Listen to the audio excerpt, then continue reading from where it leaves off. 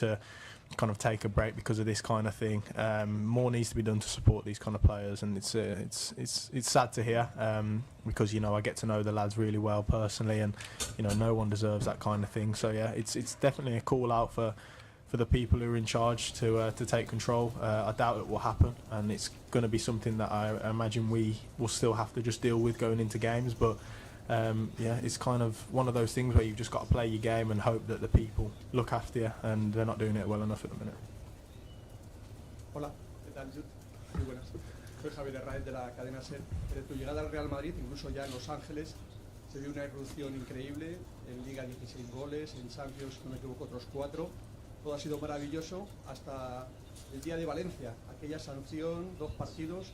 No sé si te cortó un poco el ritmo que pasó por tu cabeza y si te ha influido aquella decisión y aquel partido y te ha bajado un poco el rendimiento.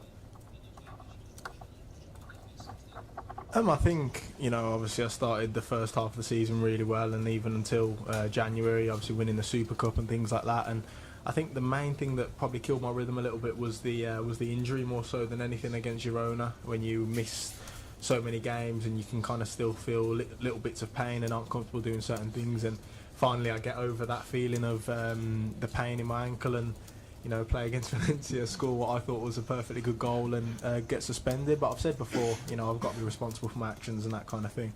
But yeah, I think it's definitely affected my rhythm. The one thing I had at the start of the season was I was playing every game consistently and felt like it was very clear what I was doing and things like that. And then a few times so far, the last couple of months, my roles changed slightly, and there's been little things that I've had to kind of tweak, and it means that maybe I'm doing a bit more work for the team, which I absolutely don't mind doing, but maybe I lose that effectiveness on the pitch. And like I said, it's up to me to try and regain that, and I'm confident. I'm aware there'll be criticism. I'm happy to take it on the chin. It's all about how you respond, and I'll be looking to do that. Hi Jude, Paul Hurst from the Times. You moving abroad and to a new kind of club brings its own challenges in terms of the pressure of playing on the pitch and the changing culture, language, etc. Obviously you've hit the ground running at Real. How have you adapted, and what do you like most about being at the club and the city? Yeah, well, there's countless things I could name about being at the club, to be honest. I feel grateful every time I go into training. I wear that badge on my chest. It's an amazing feeling. It'll never get old. And in terms of being English and playing abroad, I was at Dortmund for 3 years as well. I maybe took a bit of a path that's a bit unfamiliar with young players in England, and yeah, it's different, but it means that you learn a lot, and I can take a lot going back to the national team and things like that. But I'm really grateful for the opportunities I've been given in European football. I think maybe they wouldn't have been as accessible in England, and I feel like I've made good decisions, thankfully to my parents, my family, the people who I have around me. So yeah, I think playing abroad is definitely a good idea for a lot of young English players, and hopefully I'm showing that. Hola, Miguel Ángel Díaz de la cadena Coupé. Tu primera mitad de temporada como decías fue realmente brillante, sobre todo también en el capítulo goleador. Registros casi ya normales de Benzema, marcaste 17 goles en 20 partidos y los 13 últimos han marcado 3. Quiero preguntarte cuál puede ser una cifra normal para Jude Bellingham en una temporada, y si el hecho de que no marques con tanta frecuencia te crea ansiedad. I think what makes me anxious is if I don't score and then the team don't win. I think while the team's winning and playing well, I feel comfortable, and I know that my game's more than goals. I think if you watch the games, you can see that, and it's part of my game to try and add a wide range of skills and different assets to the team's game. Of course I want to score goals, I love scoring goals, and especially when you get into the rhythm of it, you don't want to stop. But I understand that I can affect the game in different ways, and that's it really. I think I didn't expect to come here and score as many goals anyway, but now that I'm here I want to keep taking that responsibility and try and score more. In terms of having a target, I've never really been one for that kind of thing, mate, to be fair. I think when I joined, people was asking me all the time, and I just said that I want to try and start with 1 and see where that takes me. So yeah, I'm up to 20 now, and hopefully I can get more before the end of the season.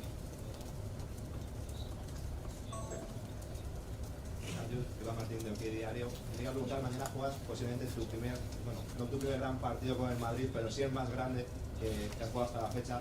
¿Cómo te imaginas ese partido y cómo te imaginas tu partido contra el Manchester City?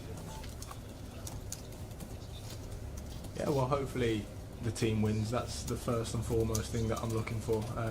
Everything is second to that. The team has to win, the team has to play well, and if I can contribute to that and add to that, then that would be brilliant. But yeah, that's the main focus for me. I want to try and be effective, have a good impact on the game, and work hard, help the team defensively, offensively, and yeah, the most important thing is that we get through to the next round. And it'll be difficult, it'll be a tough game, but we've got to be prepared for that. And like I've said just then, we're a great team in our own right, and I think that we have to show our qualities and be brave, and hopefully we can do that. Hi Jude, I'm James Rex from The Guardian. I know you weren't at Real last season, but the team obviously lost 4-0 here in the semi-final second leg. Can you use that as motivation? Does it matter? Have you talked about this game at all? Yeah, I spoke to some of the lads that played last year and how it felt, and they all have kind of similar feelings about it, that it wasn't nice. I've been on the end of big losses as well, and ones that feel painful, so you can understand their frustration. But I think you have to kind of regulate that emotion when you come into the game and understand that it's a new game. We don't start 4-0 down regardless of what anyone thinks. It's an even score going into the second leg. And like I've said, we've got to be brave and come out to play. Yeah, the lads have spoke a little bit about it, but I think they're all kind of professional enough to let that be the past and be ready to attack the next game. Hola, ¿qué tal? Yo aquí, Juanma Sánchez de Radio Nacional. Conoces bien la Premier, al Manchester City. ¿Qué es lo más peligroso del equipo de Guardiola? Y hablas de mostrar mañana las cualidades del Real Madrid. ¿Con qué armas puede vencer mañana el Real Madrid? Gracias. Well, I think it's the unpredictability of City. You try and focus on one player a little bit too much, and they have 10 others that can cause problems. So I think there's no point trying to take them individual for individual and seeing what each person can do. I think it's about trying to attack as a team and defend as a team and working strategically like that. Like I've said, we need to be brave, we need to come out, be ready to play and play our game, and obviously there'll be tweaks based on what they can do as well, but it's important that we remember who we are and go into the game with the right confidence. Hola Jude, ¿qué tal? Yo del río de Pie de Marca. Has dicho que hace 2 meses tu papel en el equipo ha cambiado. No me gusta saber si es porque te ha pedido más cosas, es más un cambio de sistema. ¿Dónde exactamente estás como jugando? I think there's been a few changes. It's normal, when there's a lot of injuries like we've had this year, and then you could try and adapt to different opposition. It's normal that the coach tries to change the little things, and it's important, and it's worked, which is the key thing. Everything the coach has done this year has felt like it's worked really well. For me, I've kind of shown that I can play in different positions, and it's not about really picking one that's my favourite. It's about just kind of taking in the information that I need to from the staff, who are amazing, and applying it to the game. Sometimes there's little things I'll be unfamiliar with, and it may take me a little bit of time to get used to it. But it's about using those experiences like the first leg and like other games where I've had to make little changes to affect the game as much as possible, and that's what I'll try and do tomorrow. Hola, Jude, por aquí Alberto Pereira, Onda Cero. Te estaban preguntando mucho por ti y por tu rendimiento y por tus goles, pero cuando has llegado ha habido un entrenador que es Carlo Ancelotti, que ha sacado de ti un rendimiento de locos, por lo menos a la hora de marcar. No sé qué nos puedes contar de Ancelotti, cómo lo ves, si es el entrenador que mejor ha sabido encajarte en el terreno del juego.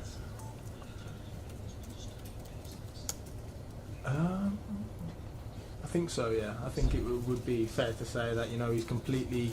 I think the sign of a good manager is when he can make you believe that you're almost a bit better than maybe you think you were before, and I think he fills me with that kind of confidence every day at training and in the games, and he gives me the freedom to kind of roam the pitch and be as effective as possible. Not only that, but he's a top person, he makes you feel comfortable. Obviously it's a big move for me coming here with so many massive characters and so many big legends, and I think he's been amazing in helping me adapt and basically making me understand my own kind of potential, if you like. It's the first time that I've played maybe as more of a 10. I think in Dortmund I was playing a lot deeper, and then Birmingham all over the place. So I think it's definitely down to him why I've kind of had the start that I've had at Madrid this season, and I'm really grateful for everything he's done for me so far. We're going to do 2 last questions. Últimas 2 preguntas. David McDonald from the Daily Mirror. Have you surprised yourself at the speed and ease at which you've adapted to life at Real Madrid and the influence you now have in the team, do you think it would probably take maybe a bit longer to settle? And with regards to Manchester City, they were obviously one of the teams that were interested in signing you. Most of the big clubs in Europe wanted you last summer.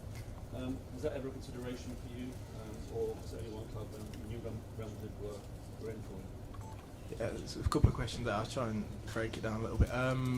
Yeah, your last one about the clubs. Yeah, I had good kind of chats with loads of clubs, including Dortmund, and you know, my family were brilliant in helping me kind of chew up that information, because it's difficult while you're still in the season to kind of take in the information and, you know, process it, and then still have to go and play at a weekend or in the Champions League or whatnot. So that helped a massive deal, the support from my family. But yeah, I had good conversations with other teams. I just felt like as soon as Madrid came in, it was a bit of a no-brainer really. The size of the club, the project, the plan going forward, the chance to play with such amazing players, I kind of just jumped at it really. So yeah, that's why I made my decision. What was the one before, sorry? In terms of the speed with which you've adapted. Oh right, yeah, I think that's just down to the team really, the lads, you know, I can pick out anything. You know, it's the staff, it's the guys on a day-to-day that you don't see behind the scenes. It's the football staff, it's the manager, it's the teammates, it's all those kind of things. The fans around the city, they make you feel really comfortable. And yeah, like I said, just so grateful for how Madrid, the city, and all the staff here and the players have received me. Última pregunta, last question. Quería preguntar sobre la conexión que tiene desde que ha llegado tú al Madrid con Vinicius y Rodrigo. Se espera mucho de vosotros tres mañana en el partido. Quería que me hablaras un poco de cómo es tu relación con ellos dentro y fuera del campo. Gracias. I think in general we have a great relationship with all the lads, whether it be the senior lads or the young guys. But you know, obviously Vinny and Rodri I play with closely on the pitch, and I think when everything clicks, it's something that's kind of beautiful to play in. You know, there's been a few games where, you know, we felt like we're all kind of at our best, and it's beautiful to play with players like that. To be honest, they make the job so much easier. They have so much quality, so humble, so kind of honest working lads as well, which really helps. And yeah, hopefully we'll continue to play well and score goals and win games for many more years. And yeah, it's a great environment in the team at the minute, and hopefully we can take it into tomorrow. Thank you. Thank you very much. Have a good night, guys.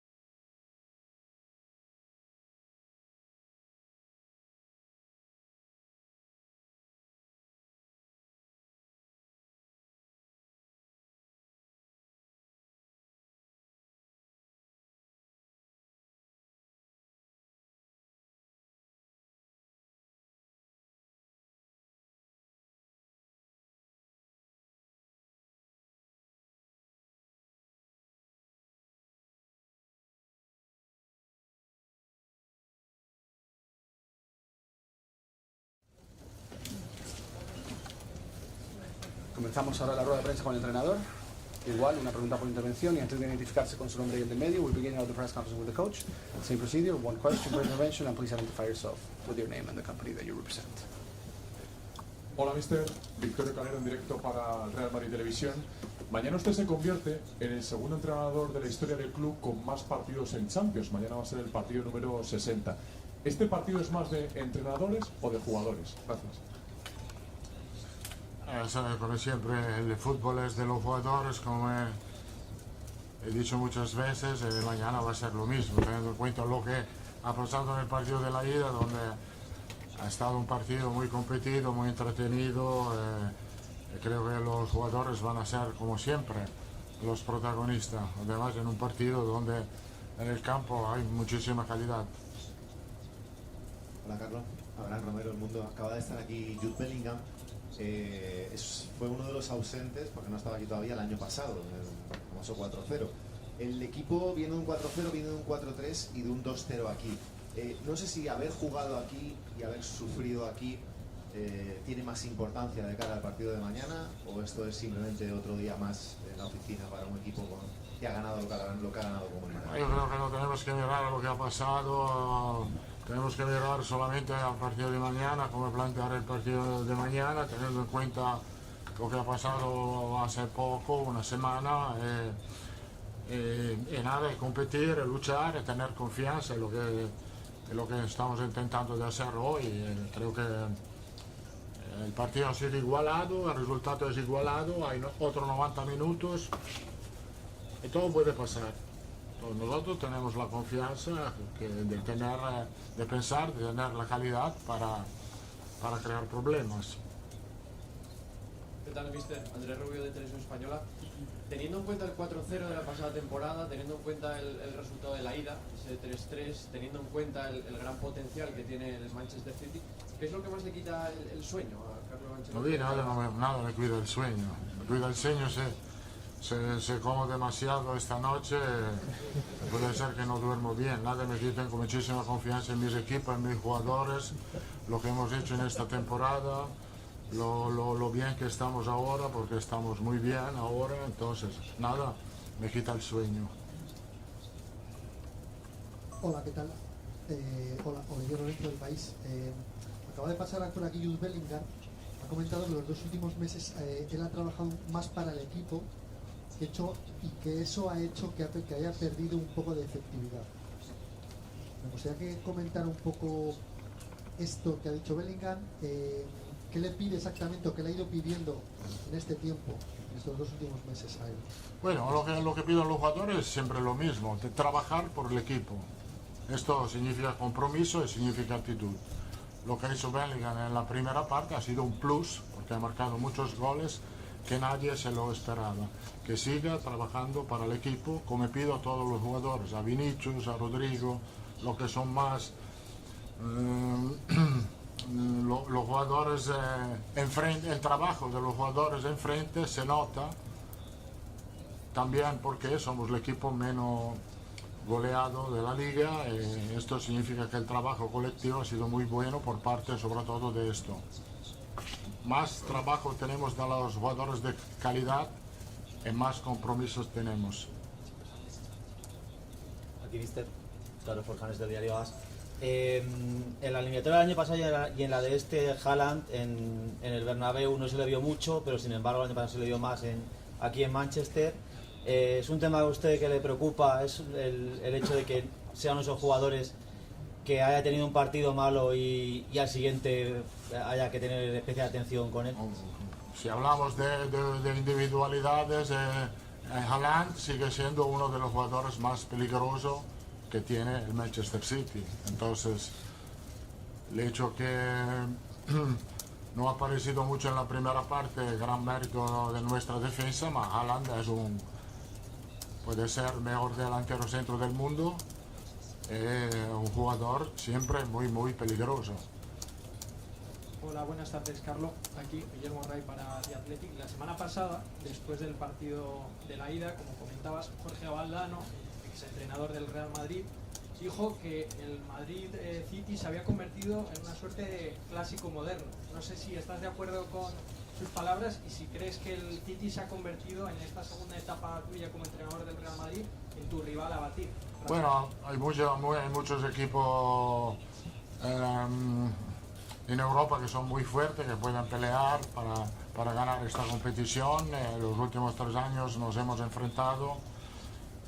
Siempre han salido partidos espectaculares. Creo que mañana va a ser lo mismo, un partido espectacular, muy entretenido.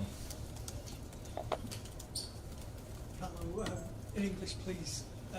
Jude, when he was in here, said that a good coach makes players believe they are better than they believe they are, and he says you've done that with him. You've worked with so many great players over the years. How good is Bellingham, and how good could he be?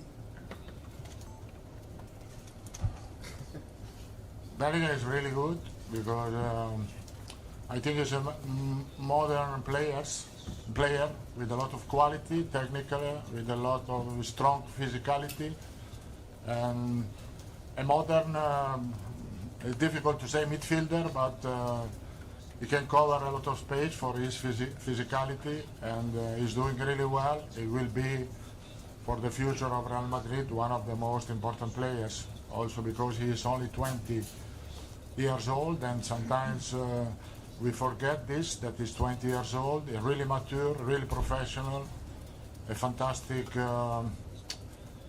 player for us. ¿Qué tal, Carlos? Miguel Ángel, previa en directo para Radio Marca. Cuando ustedes juegan un partido de Champions de local, se habla que la historia, las estadísticas, la mística del Bernabéu, hasta el parche de la Champions, que juega, que tiene influencia. Quería preguntarle si para el partido de mañana todo esto puede ser un factor de un impacto emocional favorable al City.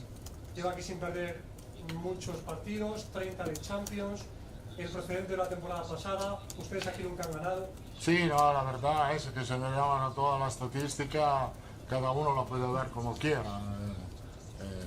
Yo digo siempre que la estadística se hace para romperla.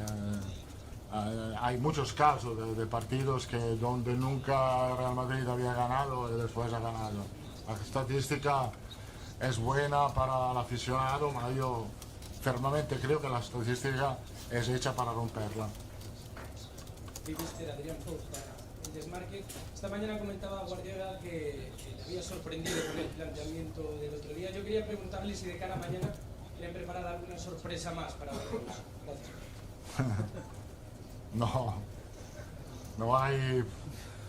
No creo que hay cosa, creo que nos conocemos muy bien. Pep se puede quedar tranquilo que no voy a hacer magia. Hi Carlo, Keon Sabani from Managing Madrid. Bernardo Silva said earlier today that Manchester City like having control. They don't like playing in transitions. When you hear something like that, does that make you want to open up the game?